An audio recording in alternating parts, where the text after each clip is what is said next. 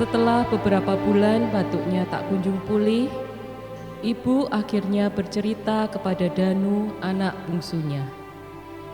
Sudah beberapa kali Danu meminta ibunya untuk ikut tinggal bersamanya di Jakarta. Namun ibu selalu menolak dengan berbagai alasan. Kondisi sakit ini akhirnya menjadi alasan kuat untuk meminta ibu pindah ke Jakarta.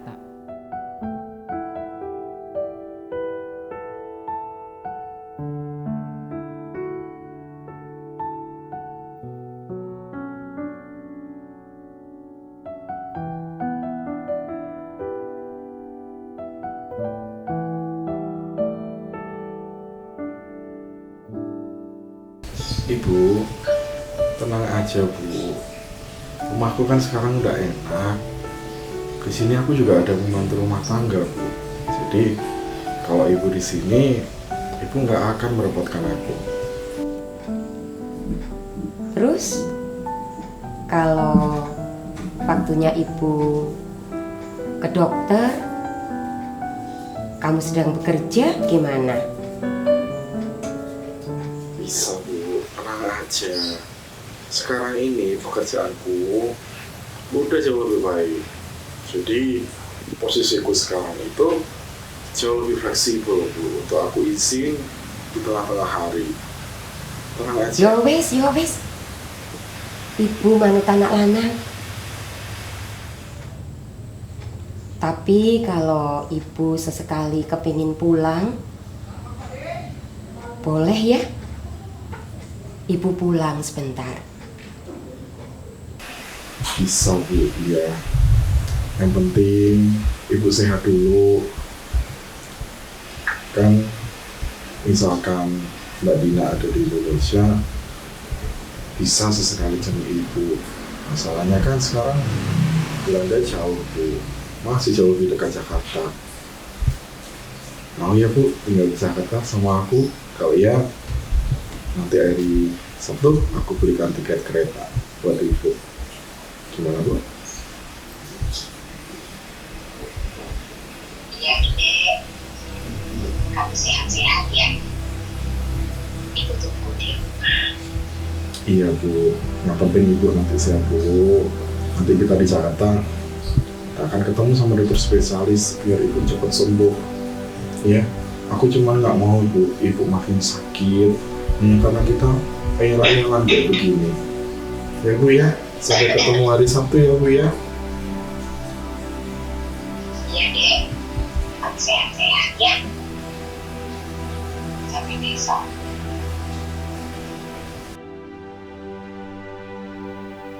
Jarak tak akan mampu memudarkan cinta kasih di antara keluarga. Jarak justru menguji dan memurnikan. Di dalam jarak, ibu tahu betul bahwa Danu begitu mengasihinya. Sudah 2 minggu ibu tinggal di rumah Jakarta.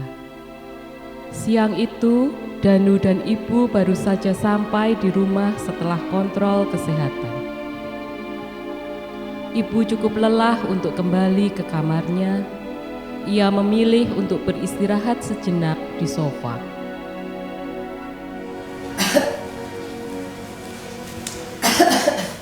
Bu, pindah kamar ya Bu, biar enak istirahatnya Bu. Gak apa-apa dah. Ibu di sini aja sebentar. Bentar ya, keluar bentar ya, ntar aku jolakin. Ada apa dah? Enggak apa-apa Bu. Ini aku mau ngobrol sama temen kantor. Ibu pindah kamar aja sih Bu, biar enak istirahatnya Bu. Ya. Yo wis. Ibu tak ke kamar aja.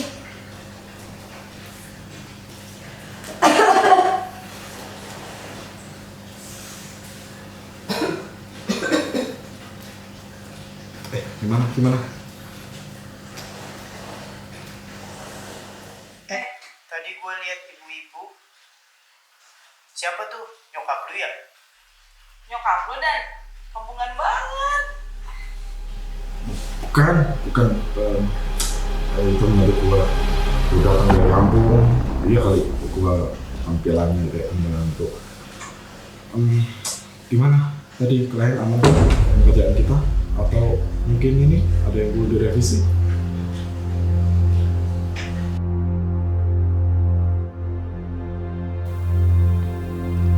Hanya sebuah kata, pembantu. Tetapi lukanya begitu berat menyayat hati ibu. Apakah dunia baru bisa begitu mudahnya mengubah cara pandang seorang anak pada orang tuanya?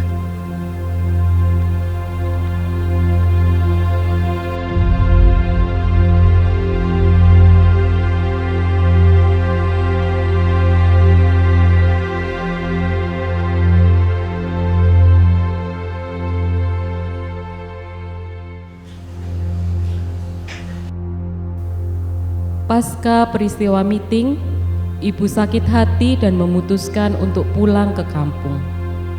Ia tidak pamit pada Danu. Ia memohon pada Pak D untuk menjemputnya di rumah Danu saat anaknya sedang bekerja. Sudah 2 minggu berlalu. Ibu melanjutkan kesehariannya di kampung bersama 2 sahabatnya, Pak D dan Kohlin. Setiap Danu menelpon, ibu memilih untuk mengabaikannya.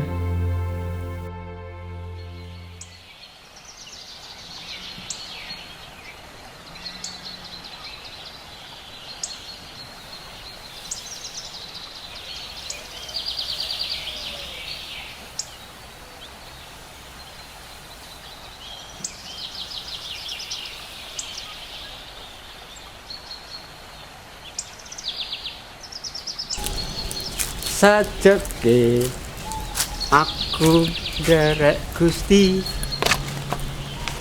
uripku tansah diberkati,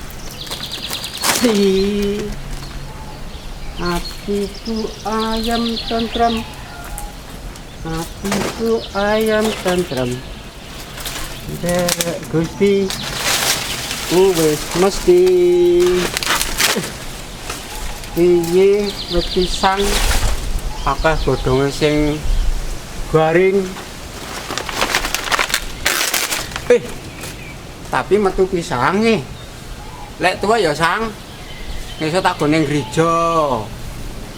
Nggo kanca karo medangan ya. Mateng. Nah. Piye iso ya padha metu ya. Wite apik-apik. Nyenengke piye? Ngesuk nek padha metu kabeh, wah, tangga-tanggaku ya tak paringi. Wis, saiki tak resiki dhisik. Men resik. Iki sing garing.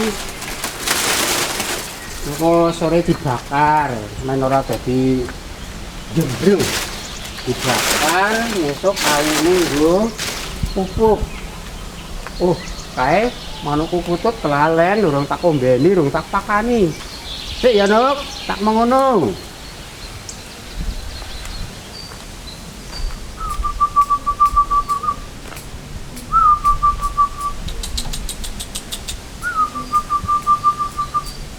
Ayo manggung. Shalom. Wih, Om. Pak D. Gimana kabarnya? Baik, Pak D. Baik, sehat? Sehat. Nah, puji Ini Tuhan. Pak D ada bawain teh untuk turunkan kolesterol. Waduh, ya. Dibawa ke sana dulu ya, masuk ya. Oh iya. Silakan masuk dulu. Ya, terima kasih. Masuk dulu. Ya.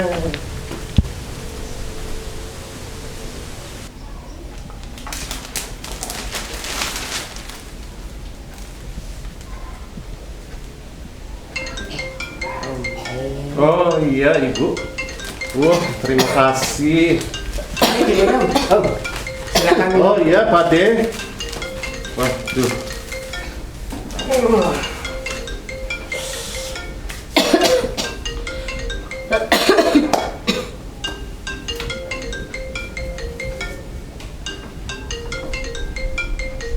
Dek, itu loh, HP-mu bunyi terus. Mau diangkat. Ora lah Mas. Aku masih malas ngomong sama Danu. Ya ampun, sudah seminggu loh. Memangnya ibu-ibu, Pak De, hatinya sensitif. Sakitnya tuh di sini. Lah iya sih, tapi mau sampai kapan marah sama anak-anak sendiri? Aku bingung mau bicara apa dengan dia. Ya tinggal ibu sampaikan saja, ibu marah. Kok Danunya bilang ibu pembantu gitu? Terus malah mbak ulangi. Iya, aku memang seperti pembantu. Lah. Waduh, kok aku merasa salah ya? Tapi Bu, Nek, dipikir-pikir ya. Apa maneh? Awas lu. Nek omonganmu ngelarani atine adikku. Sekarang serius. Gini loh, ini serius, Pak De. Ya, Bu. Kalau dipikir-pikir, kita ini jadi orang tua rasanya kok mudah sekali mengingat akan kesalahan anak kita. Bukan ibu saja kok, saya juga. Saya ingat beberapa tahun yang lalu itu kejadiannya sama, ya ini curhat ya Pak De. Iya, nggak apa-apa. Sama anak. Iya. Itu malam, waktu itu bersikeras untuk memakai motor. Pulangnya malam. Coba orang tua mana yang tidak, wah sampai hati ini gitu. Iya. Khawatir. Malam belum pulang itu Pak De. Padahal waktu itu saya lagi membutuhkan dia juga. Nah, pas saya tanya kemana, lah dijawab dengan alasan-alasan yang tidak logika gitu. Inilah, itulah, inilah, itulah. Jadinya ya merasa tidak dihargai gitu. Sampai saya saking geramnya Pak De, Bu, saya apa itu Pak De? Jidatnya ditonjok. Enggak sampai tonjok Pak De, tapi geram. Lah itu. Tapi ini serius. Mulai dari situ juga saya selalu minta dia laporan setiap dia mau kemana. Ya setidaknya ya harus pamitan lah sama orang tua ya. Biar tahu. Iya biar tahu kemana gitu kan, enggak cari-cari lagi gitu. Wah. Iya. Lama-lama dia itu menjauh dari saya. Iya karena digituin terus dia jadinya ya namanya anak gimana ya. Nah, tiap saya tanya kabarnya, dia mulutnya itu susah nak melaporkan kejadian yang sesungguhnya. Malah saya dicuekin. Mungkin takut tak seperti ini lagi Pak De. Iya. Ya. Tapi ya wong anak salah diingatkan nggak apa-apa Pak. Ya sih, tapi polanya itu ya Bu, polanya. Kita itu sering banget berubah pandangan sama anak hanya karena satu peristiwa. Satu kesalahan itu ya membekas banget gitu. Jadi kayak itu nila sama susu itu Pak De. Nila sama susu gimana? Rusak itu, yang rusak itu apa? Oh, yang ada kata-kata rusak. Peribahasa. peribahasa, Bu. Nila setitik rusak susu sebelanga. Oh, iya, itu maksud saya. Itu maksud saya, iya. Nah, sekarang saya merasa anak saya juga bertindak demikian dengan saya. Lah, coba Pak D, Bu. Kalau saya cerita badan yang sakit ini, pasti saya dicecar. Papa sih suka makan daging-daging, apalagi itu jeroan. Ya papa kolesterol. Nah, bukannya mencarikan solusi atau memberikan penghiburan sedikit, ya malah dicecar. Bingung Pak deh. Anak sekarang. Ya makanya dulunya itu pernah ada di khotbahnya itu sama calon pendeta kita. Itu memang generasi itu. Ya dari silent itu ya. Perbedaan jadi bijak saja lah kiranya kita mengikapinya. Ya orang anak zaman sekarang lah.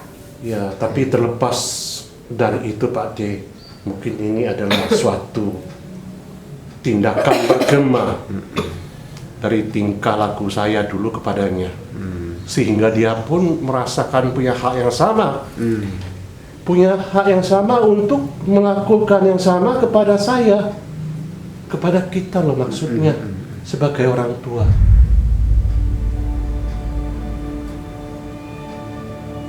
Ibu mulai khawatir. Apa yang pernah kulakukan pada anak-anakku? Apakah mungkin Danu mempelajari hal yang salah dariku? Permisi, Bu. Mari. Oh, Bu Melani. Mari masuk, Bu. Mari. Siap, Bu. Ya, silahkan duduk. Adriel, silahkan duduk. Gimana, Bu? Begini Bu, anak saya ini ingin ikut Olimpiade Matematika. Kira-kira Ibu bisa nggak dampingi anak saya untuk belajar matematika? Oh, Adriel pengen ikut lomba Olimpiade ya? Bisa sih Bu, nanti kita agendakan aja mau ketemu kapan. Kebetulan juga Adriel cerdas di sekolah, kemungkinan cepet lah belajarnya. Kita agendakan aja mau ketemu di mana.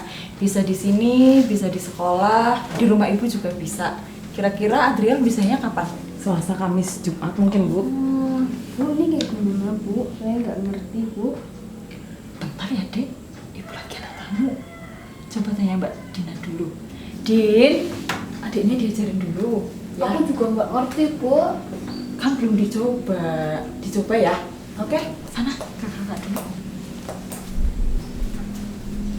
Jadi gimana Bu, Selasa ya? Ya. Jamnya nyusul aja ya? Iya. Nanti kita kontak-kontakan aja. Baik Bu. Oke.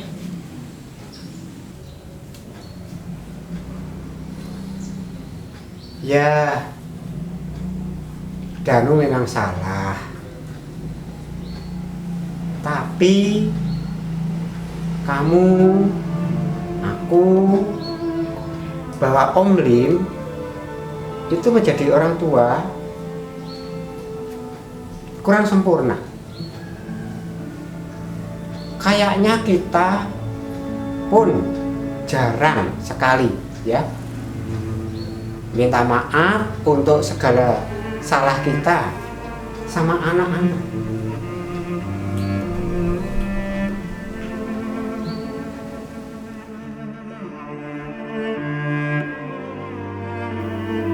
Sudah semestinya keluarga menjadi sumber cinta. Tetapi mengapa justru setiap pihak sangat rentan terluka?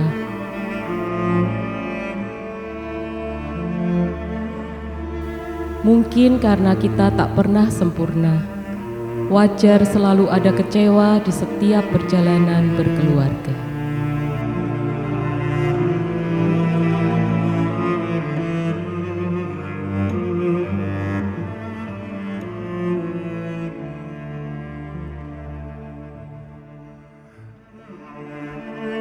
Setiap orang punya cerita. kita akan mampu memahaminya saat bersedia mendengar ceritanya.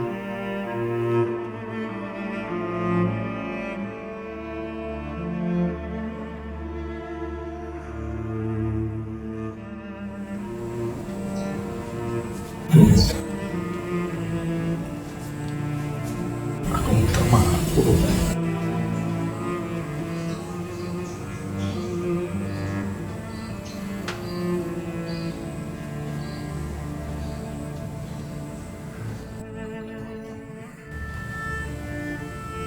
Pertama kali kemarin Pade udah cerita sama aku, Bu. Aku nyesal, Bu. Aku salah, Bu. Nggak seharusnya aku ngomong seperti itu tentang Ibu, sekalipun Ibu nggak ada di situ.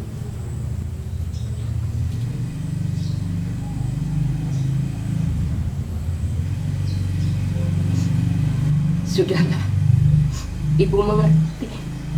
Sudah, nggak usah diteruskan.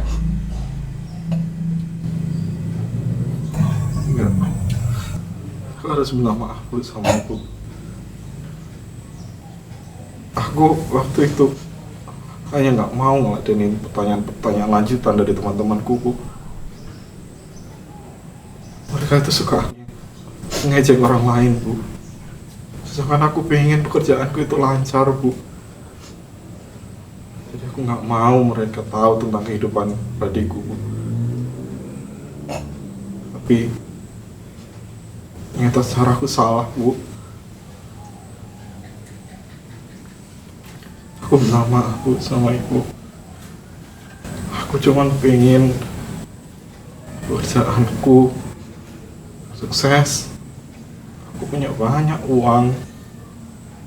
Ibu nggak kesusahan lagi. Tapi ternyata aku malah jadi pengecut, Bu, di depan teman-temanku, Bu. Dengan aku nggak mau ngakuin Ibu sebagai ibuku, Bu. Aku menyesal, Bu. Aku salah, Bu.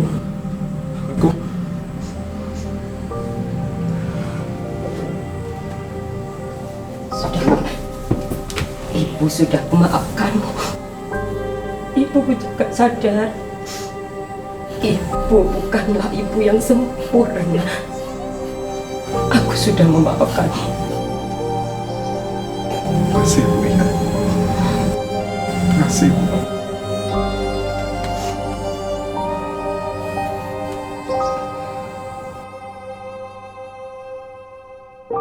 Memaafkan adalah buah pemulihan, bukan pertanda kalah atau menang.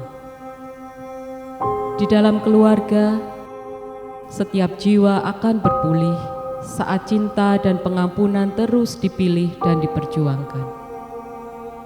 Di dalam Tuhan, setiap keluarga akan berpulih karena anugerah kasih-Nya menyempurnakan setiap insan yang tak sempurna.